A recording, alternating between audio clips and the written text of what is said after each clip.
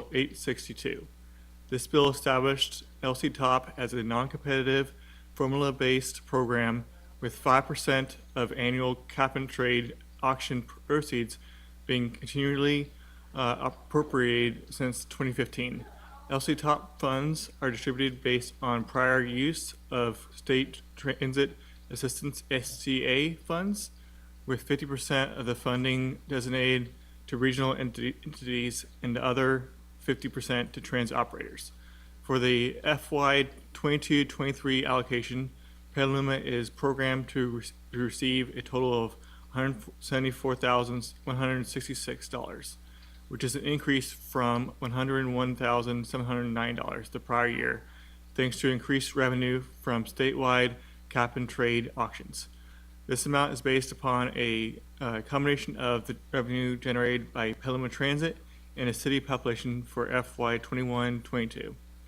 All regional entities and transit operators expecting to receive LC Top funds are required to submit both the certifications and assurances document to Caltrans annually prior to receiving funding, accompanied by a governing board resolution. Eligible agencies that do not submit the certifications and assurances document and allocation request could risk losing their appropriation for that specific fiscal year to another operator within the region.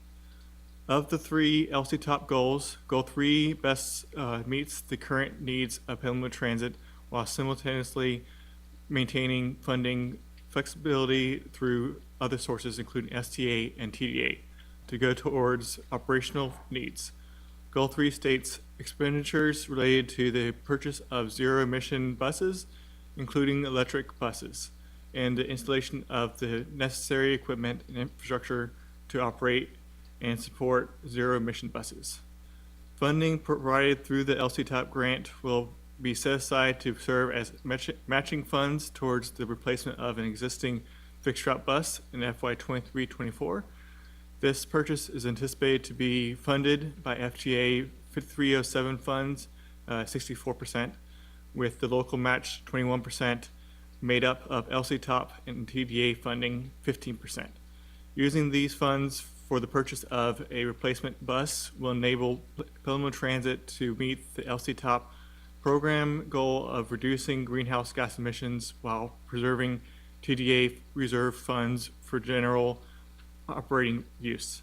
The existing bus, having reached the end of its useful life, will be auctioned for sale upon receipt of the new bus. Regarding public outreach, the purchase of a replacement bus reflects the identified needs of Petaluma Transit as identified over the past 3 years for operating and capital improvements, including discussions with the Transit Advisory Committee and associated agency goals. Lastly, this proposed action will provide funding to purchase a zero-emission bus.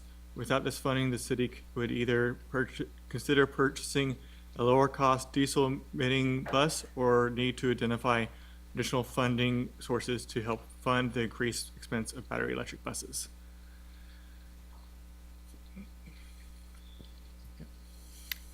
So yeah, just a few items to add. So the past several cycles, we brought this before you. Similarly, we're applying for additional funding for zero-emission buses, as you heard. The next procurement that we do, it'll be approximately 4 buses. We've got a few cycles of LC Top grants. This will be added into the pot. And so, of course, the more funding we have through sources like LC Top, the more money we can reserve for other funds like our TDA funds, Transportation Development Act, which is our kind of bankable fund that rolls over every year. And so the more that we save through grants like this, the more we can put towards other capital projects, operations in the future. And so relatively soon, within the next couple months, we'll be bringing an item before the committee here talking about the first wave of purchase of those electric buses. Any questions from the committee? Seeing none, I will entertain a motion to, and what the motion here would be to recommend to the council that they approve the resolution to make the application. Do I hear that motion? Mr. Chisholm, thank you. Do I hear a second? Councilmember Posake, thank you. Any further discussion?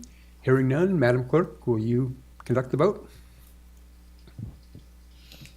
Alden, Aye. Chisholm, Aye. Callaghan, Aye. Pastrick, Tar, Aye. Posake. Yes. Thank you very much. Mr. Hall, we're on to setting of TAC goals. All right, thank you very much, Mr. Chair. And so this item is one that we discuss approximately every 2 years. And so it's the goals that we put together as the Transit Advisory Committee. We last revisited these in 2021, but of course it's good timing because City Council will be taking up a goal discussion this month, the next meeting, I believe.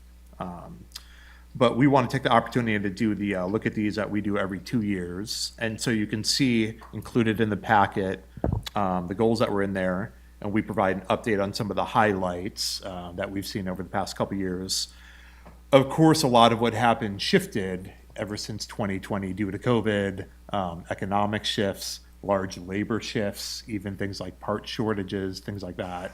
So one of the biggest impacts that we've had over the past couple years has really been to things like driver availability, part availability, things like that.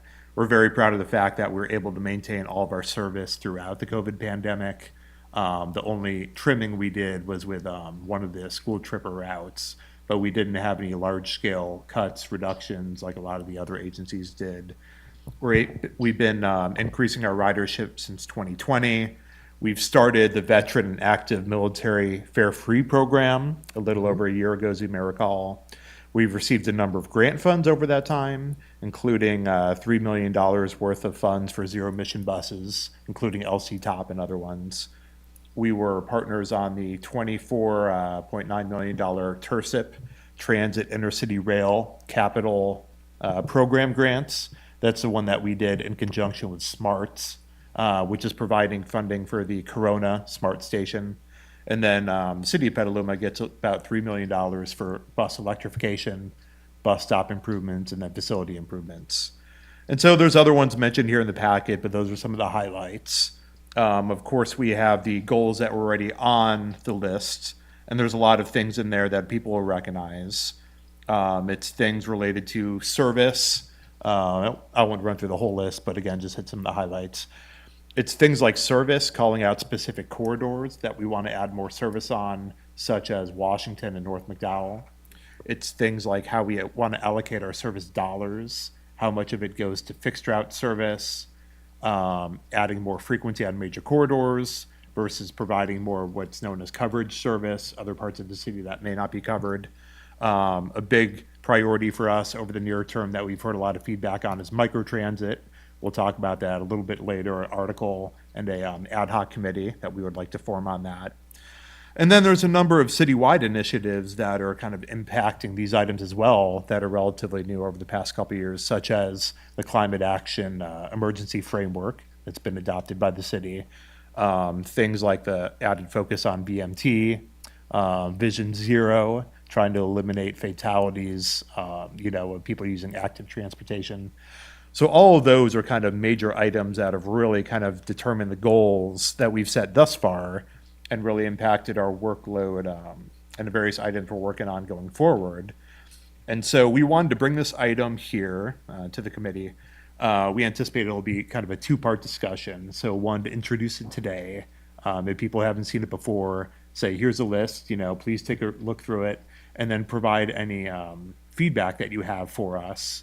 We want to hear any input that you have, any feedback, what you would like to see modified, added, removed, etc. And then we'll come back in probably a couple months with an updated version of the list once we're able to receive the input that we receive from everyone here, from the public, etc., with that revised list. So overall, I wanted to leave the discussion fairly open-ended. Send it back to you, Mr. Chair. Thank you. I have several goals I'd like to add to the list before we're through, but I'd rather open it up first for comments from others on the committee regarding the current list of goals, additions, deletions, et cetera. Anybody want to go first? Mr. Carr? I'll go ahead. It's yours. No problem. I had first a couple questions just on the report. One is, what is a Title VI plan? Maybe something everyone knows, but I don't. there's a mention of Title VI or V1. Yeah. What is that? Do you know? So that's an item we brought before the committee about 4 to 6 months ago, I would say. That is a requirement through the FTA, Federal Transit Administration, that we have to have a Title VI plan. And basically, it's related to the 1964 Civil Rights Act that talks about things like how we inform the public of if we're doing major service changes, how we do our messaging to the public, Okay. making sure we have signage that's available in multiple languages, a lot of those things and related items. And that plan is up on the website, and people do want to review it, they could see that on Okay. there. There's reference to an item 19 of the council goals that I couldn't find. I mean, it's not on the list of the goals. But you mentioned it at the end. Is that important? I would have to take a look. Do you know what Okay. titles It's- item it's is being? not, it jumps to it jumps to item 20 from, I think, item 8. I was trying to figure out what 19 was. I've got a couple of things here as far as what I would like to possibly have for the next budgeting or whatever we can do here. One would be to have more bicycle racks at bus stops. And I know that's difficult. In fact, it's scary for some people who've lost their bikes, and I have at the visitor center. So it's almost as if I don't want to encourage it just because people lose their bikes daily in this town. The other thing would be considering the rainfall, maybe more shelters at bus stops. That would be throughout town. And then one other thing, which I know it's whenever there's a new development and you do your efforts to get more turnouts on these major streets, and Washington is definitely missing turnouts for buses to get off the roadway. And McDowell has more there because it's a more modern street. It's going to be even more modern in next year, just so that there's freer flow of automobile traffic on the roads. It just, right now, the bus stops, that whole lane stops, so. The other things, I'm encouraged that there's so many goals that have been met on this. It's fantastic, and I'm sure there's some here that can be, there are still work to be done, but I'm not gonna pinpoint them because I know there's work being done on them, so that would be mine. Thank you, Mr. Tar. Mr. Chisholm, any comments? Sure, just a couple. First, I want to second the idea of somehow improving integration of bicycles in to the bus system, because if we're trying to get more people walking, biking, using the bus, having it be more feasible to take your bike and then use a bus and back is going to be important. The only other thing I was thinking of now is, I know, Mr. Hall, you discussed last time a program for getting students or kids onto the bus system. I think that's going to be really important if we're trying to get switched towards using public transit and walking and biking. I know growing up, I never was introduced to the bus system, so I think it'd be really important to start younger integrating kids into using the buses, because I think as you grow up, you have a stigma against it, and it'd be good to start there. That's all I have. Thanks. Thank you. Mr. Calgen? No, I really like what you talk about bus turnouts that are coming from the park, because I also think that's an opportunity for traffic calming measures. But I don't know if that's specific this committee. But no, I don't have too many questions here. Councilmember Posake? Thanks. I mean, certainly everything on this list interacts with everything else on the list, the way I see it. And COVID throws it, I'd like to somehow see, and I might have missed it because I was waiting for the other committees I've been on send the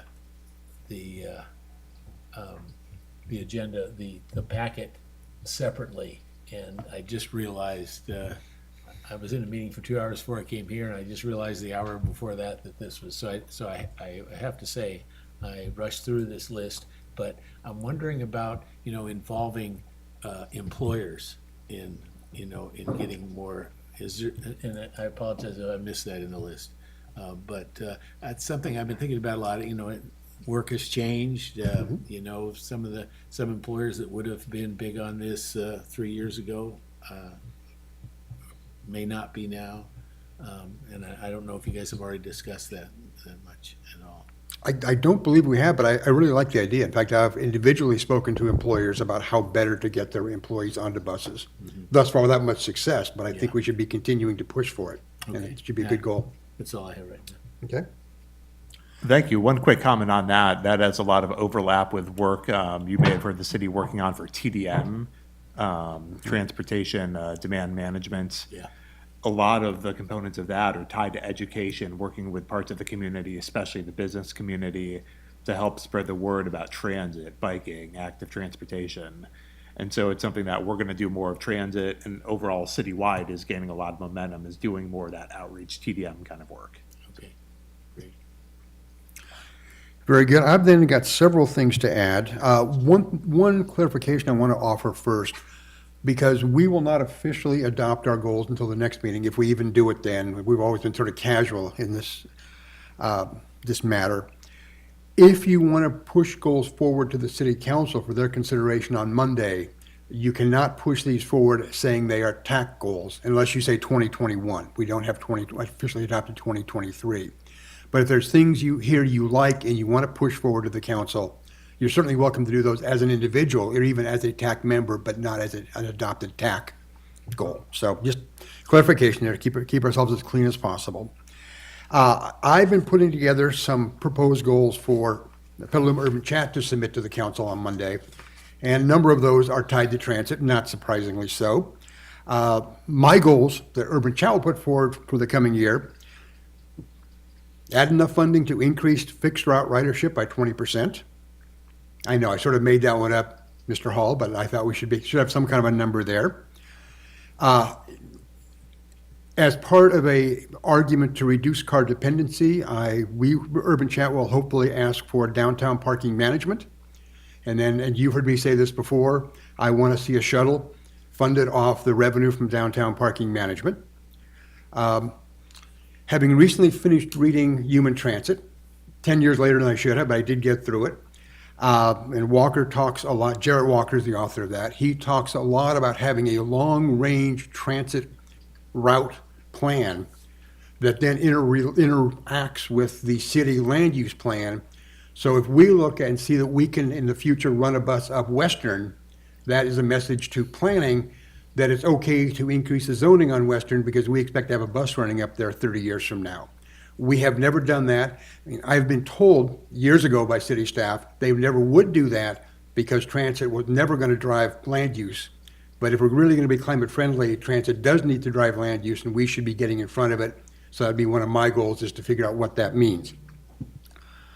2 years ago, or whenever it was, the Heinz project came up. We were sort of caught unawares in terms of how Transect Street was going to work versus Copeland. And we ended up with a very awkward configuration proposed by the developer. Unfortunately, although to some extent fortunately, because it was a bad plan, that project went away.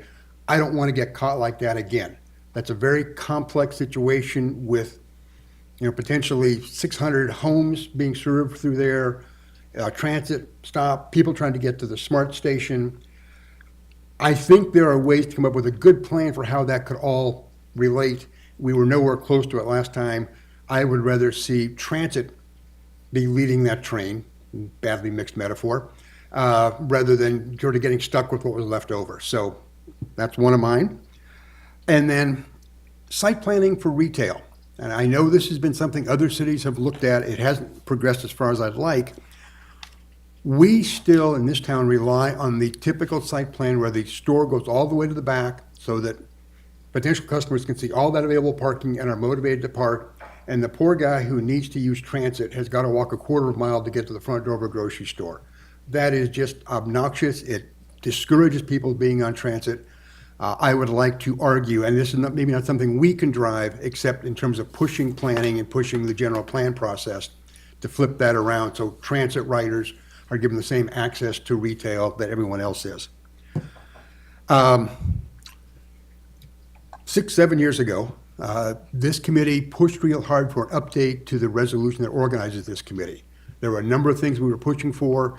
The only one we really got in the draft that was developed but then never approved was changing the terms of appointment here to 4 years, on the grounds that to learn how transit works is more than a 2-year process. It really should be 4 years.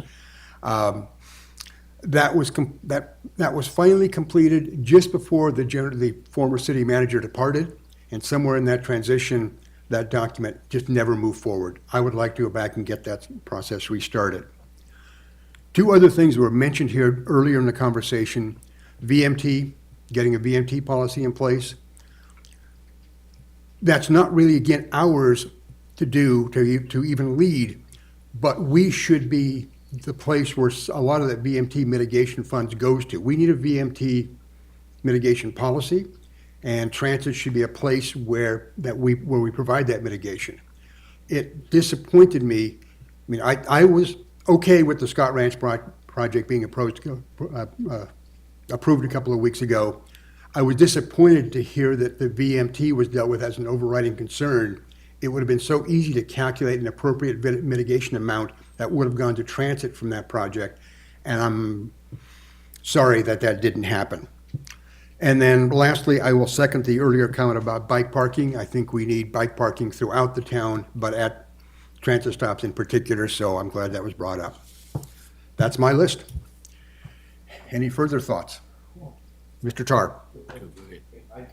Just wanted to follow up on committee member Chisholm's suggestion of getting ridership from the youth on the bus. And I want to mention that I brought this up to Jared, and Jared was more than happy to do it. I was a member of one of the cool blocks, and we had 3 or 4 families on the block who have children, and I haven't followed up on it, so I wanted to say I need to follow up. I'd gotten a suggestion from Jared that I get the group together on a Saturday morning, get them down to the bus station, and just tell them we're going for a ride.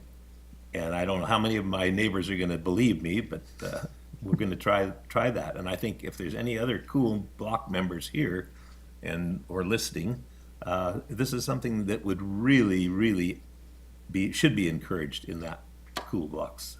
So I'm going to follow up on it. I'll report back when I've done it, when we have a clear day. I don't want to discourage them, but I wanted to follow up on that, so I will do it. Mr. Chisholm, I think I saw your hand go up.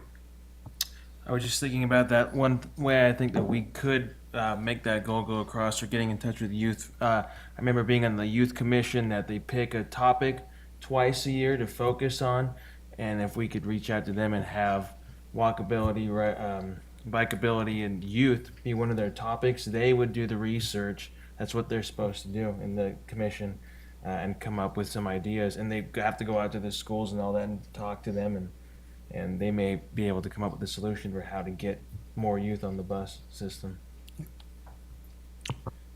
Councilmember Postgate? I really like your suggestion about putting a number on, as a goal for increasing ridership, like 20%. I don't know, I haven't looked at the data lately to know.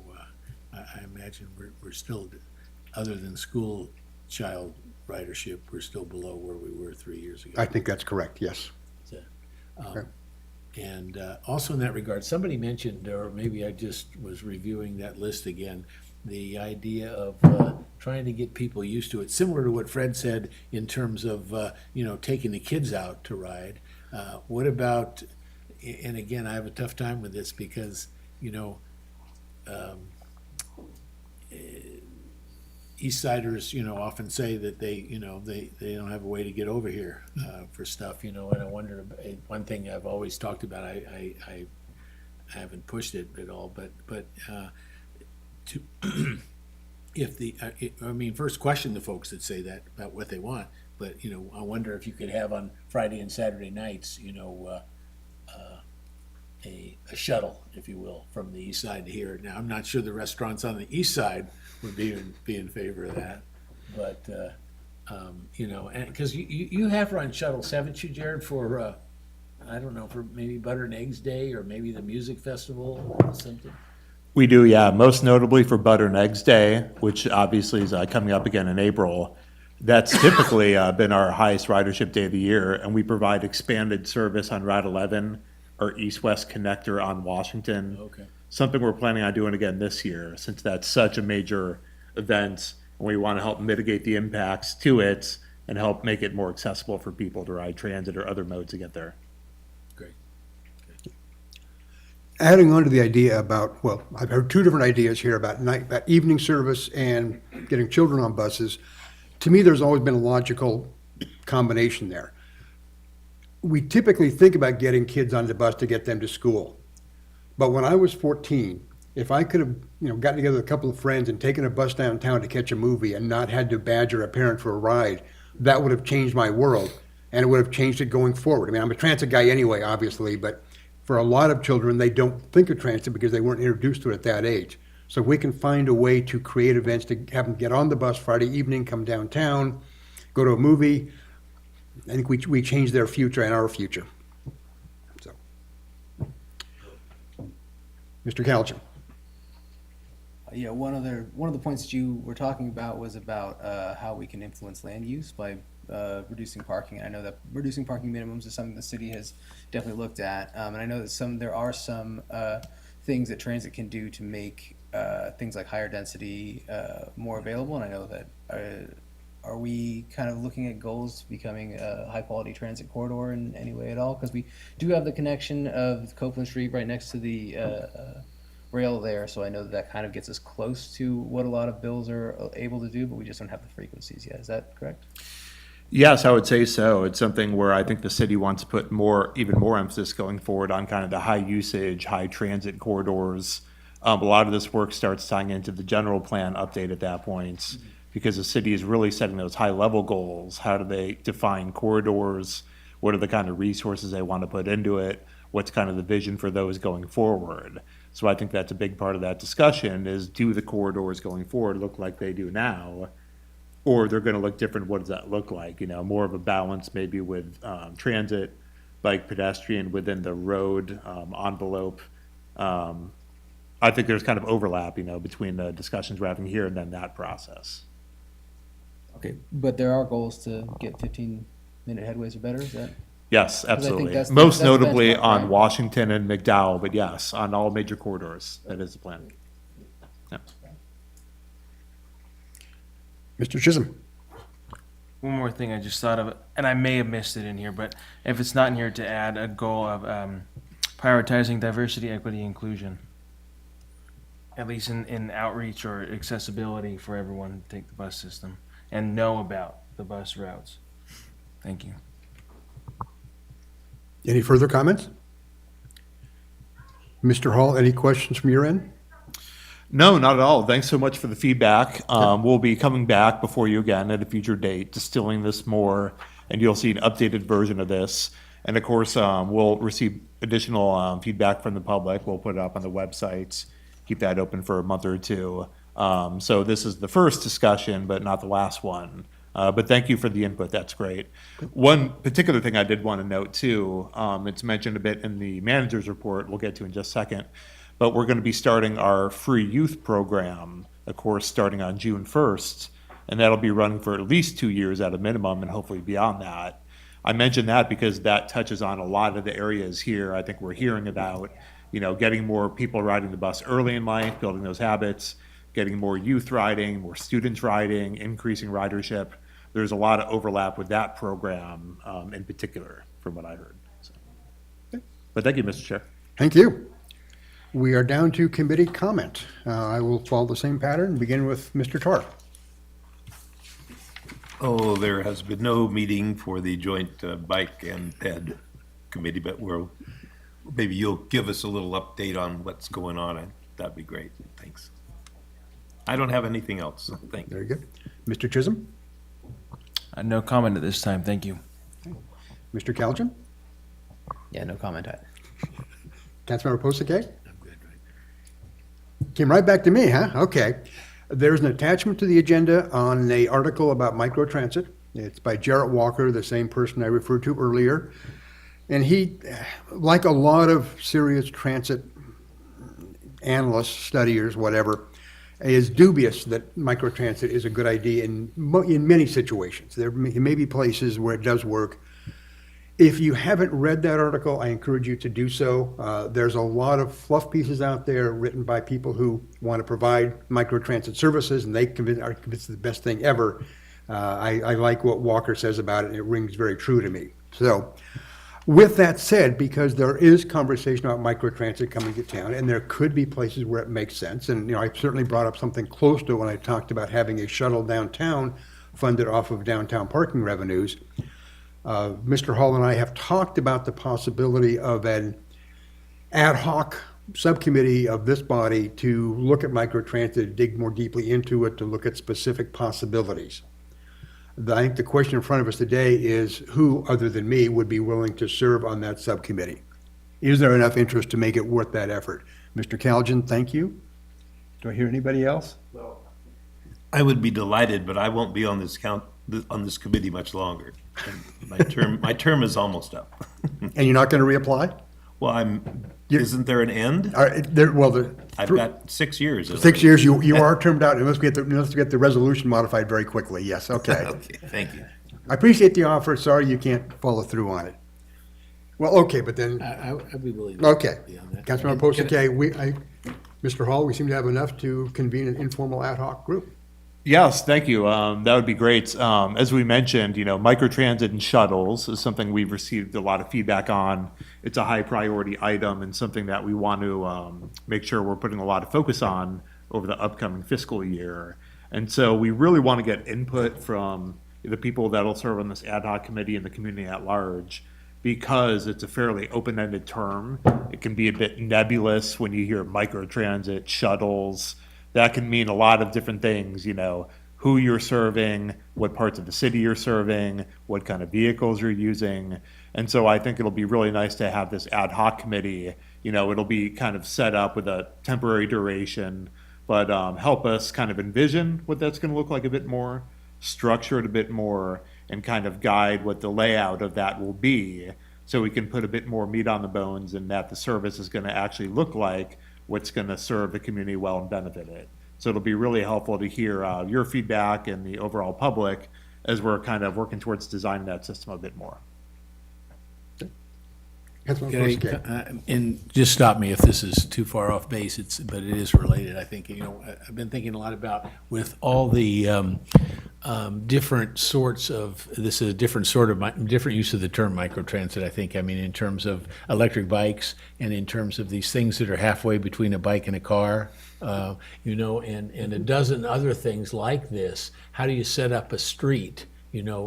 Especially not a major arterial, well, even more so a major arterial. But, I've been coming to the conclusion that, as a city, the only solution is going to be put everyone in the same lane, except for the major arterials, and have a 20 or 25, at most 25 mile an hour speed limit. I could not agree more. Yeah, and yes, we're probably getting a little off topic, but it does pertain to getting where buses go too. Yeah. Actually, this is something that Councilmember Shribs has brought to me in my role with Urban Chat. I tried to put the burden back on him to come up with an expert who could talk about configuration of streets. He didn't follow through. I have a name of somebody who may be appropriate. You may see this as a know before you grow forum in the not too distant future. So Okay. I know we're getting way off topic, but it's not really off topic. Yeah. Mr. Calgen. Have we tried any of that perceived danger tactics before, like removing stop signs or anything like that? So there's a road design tactic whereby taking away all of the signage and all of the lines and stuff like that, it naturally slows people down because they perceive to be in more danger. And I know that some cities have tried that before, and I didn't know if that's something that we had tried. I do know that we have some traffic calming measures, but anyway, again, perhaps it could be a little off topic. It probably is more off topic, but let you and I talk afterwards. There is some really interesting stuff being done in that area. I can share some links with you. Okay. And one quick thought on that, I would also recommend maybe talking with people on the PBAC committee, Pedestrian Bike Advisory, because they're updating their active transportation plan. And that would have a lot of overlap with those kind of approaches and different project types too. That would also be a great venue to discuss it, I would recommend. But thank you so much. I'll be reaching out then to everyone who is interested in that ad hoc committee. setting up a meeting in the near future. Okay. Now that we want her all over the place, any further committee comments? Well, I will just chime in that PBAC would certainly want them involved in any of this. Obviously, they are now with the Fifth Street and maybe Second Street and this side of town being your bicycle streets. But a lot of work has been done and it's continuing. There's many groups in town that were involved in it. I think David is too. So. Very true. Thank you. Okay, Mr. Hall, we're down to your transit manager's summary. All right, thank you very much. Just a few things to hit in the manager's report here. Unfortunately, ridership on the fixed route is down a touch over the past month or so. I think a lot of that is probably the weather. The ridership had been increasing, but unfortunately it has leveled off. Some of the good and the bad, I guess, of the winter is badly needed rain, but not the best for transit ridership, biking, etc. Hopefully we'll continue to see an increase overall once that subsides. The first item you'll see there is a K through 12 program. And so again, we'll be rolling that out June 1st of this year.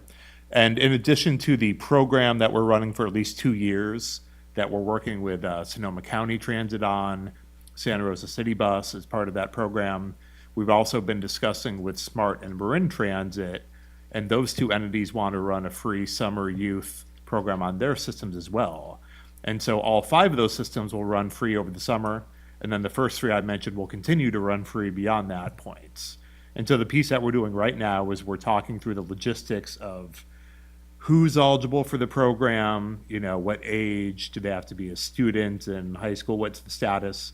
We're talking through the messaging, the marketing, and we're going to have a lot more of that in April. So I think at upcoming TAC meetings, we definitely want to bring that here so everyone can take a look at it, see what we have in mind for that program, get feedback. But that's kind of the timing that we're looking at for that. And we're very excited about that program because obviously K through 12 students are nearly 60% of our ridership, have really been a huge piece for Petaluma Transit, will continue to be in the future. In just one more way, we just want to reach out to them. Facility electrification, we've met with a couple of bus manufacturers over the past week, talking about the latest with their vehicles and chargers, and then we'll work on applying for a grant known as a federal Low-No grant.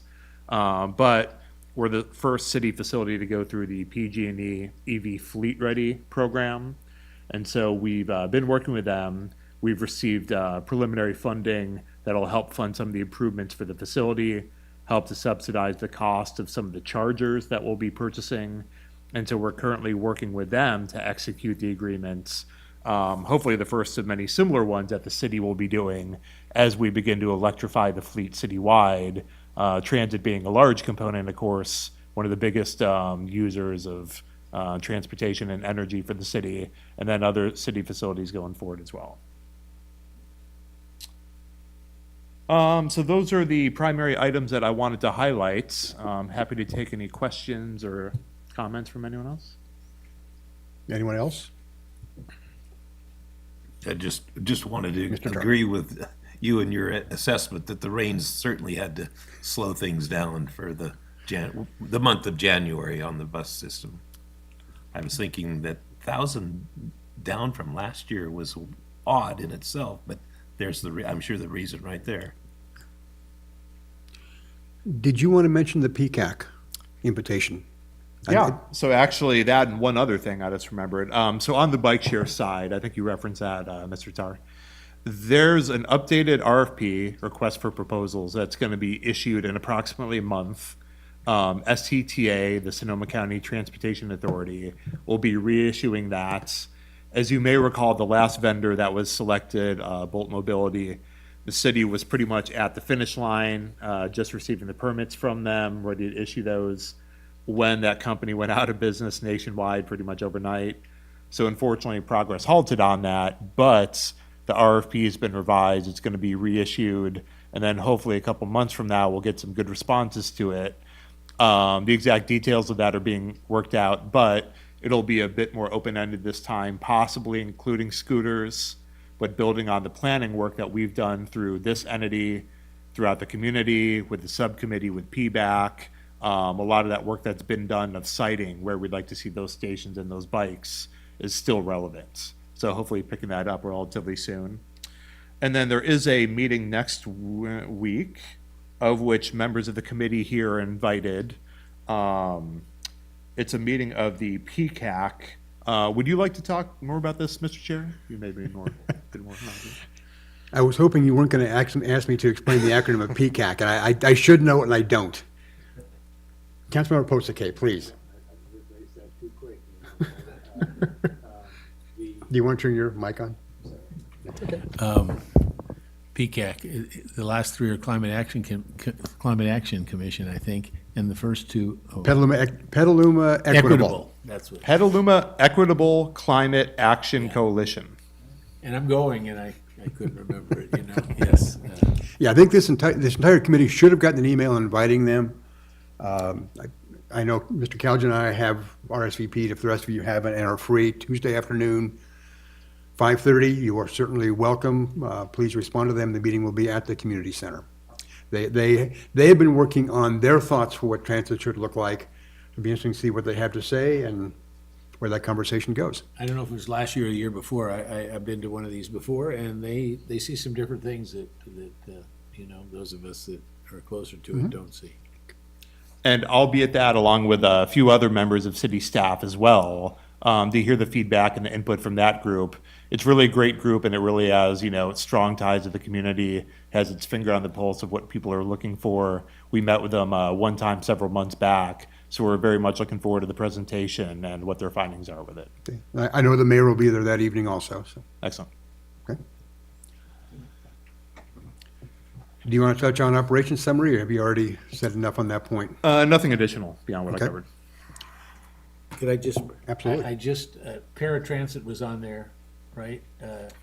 Yes, that was included in the. No, I understand, and maybe I missed it, but I was wondering if, are we running paratransit like microtransit is described in the article, you know, with going from meandering and going place to place, or am I thinking just of the iRide at PPSC? Yeah, the microtransit can be fairly open-ended. You can have like a zone that it can go within the zone. It could have somewhat a line on a map that it deviates from a mile or so. With our existing paratransit service, the way it typically works is point to point. And so people, they'll call, you know, the day before, Yeah. and they'll say, I have an appointment going from, for example, my house to a doctor's appointment, Okay, yeah. and then I'll need a trip back. So that's sort of the nature of that. But the Only one rider at a microtransit, time, is it, or could there be more? it can be multiple. It is a shared ride system. And so, yeah, you may see multiple users on there at once. The microtransit potentially has overlap with that, which is one of the things we'll talk a bit more through. A lot of agencies that are doing these kind of programs now have what's called mingling of the two. So, for example, it could be one system to where you would have an app on a smartphone, and it's a combination of people who are riding paratransit can use it, or the general public can use it, and maybe they're even sharing the same vehicles, et cetera. There's a lot of possibility there, and those are some of the details I think we're going to flesh out a bit more to see what the logical design of that system looks like. So the way we're running it now, is it pretty much like one customer an hour per driver? Or is it, you know, can you say anything about the number of people he or she? Oh, please. I think one of the big differences between paratransit and the micromobility, one of the big differences between the paratransit and the micromobility is that you have to be accepted into the paratransit program, whereas micromobility is open to the public. So I think that's a big Sure, difference. yeah. Well, I think there's also a difference, at least as with being run in Petaluma right now, with how far ahead you should be booking. Paratransit asks everyone to book at least 24 hours ahead. Microtransit, in theory, is you can call and have a bus heading your way in a few minutes. Exactly, yeah. Those are some of the major considerations that go into it. Absolutely. With that, have we now concluded our conversations? It seems we have. The meeting is adjourned at 4:47 PM. Thank you very much, and we'll perhaps see you again on April 13th. Thank you. Thanks. Left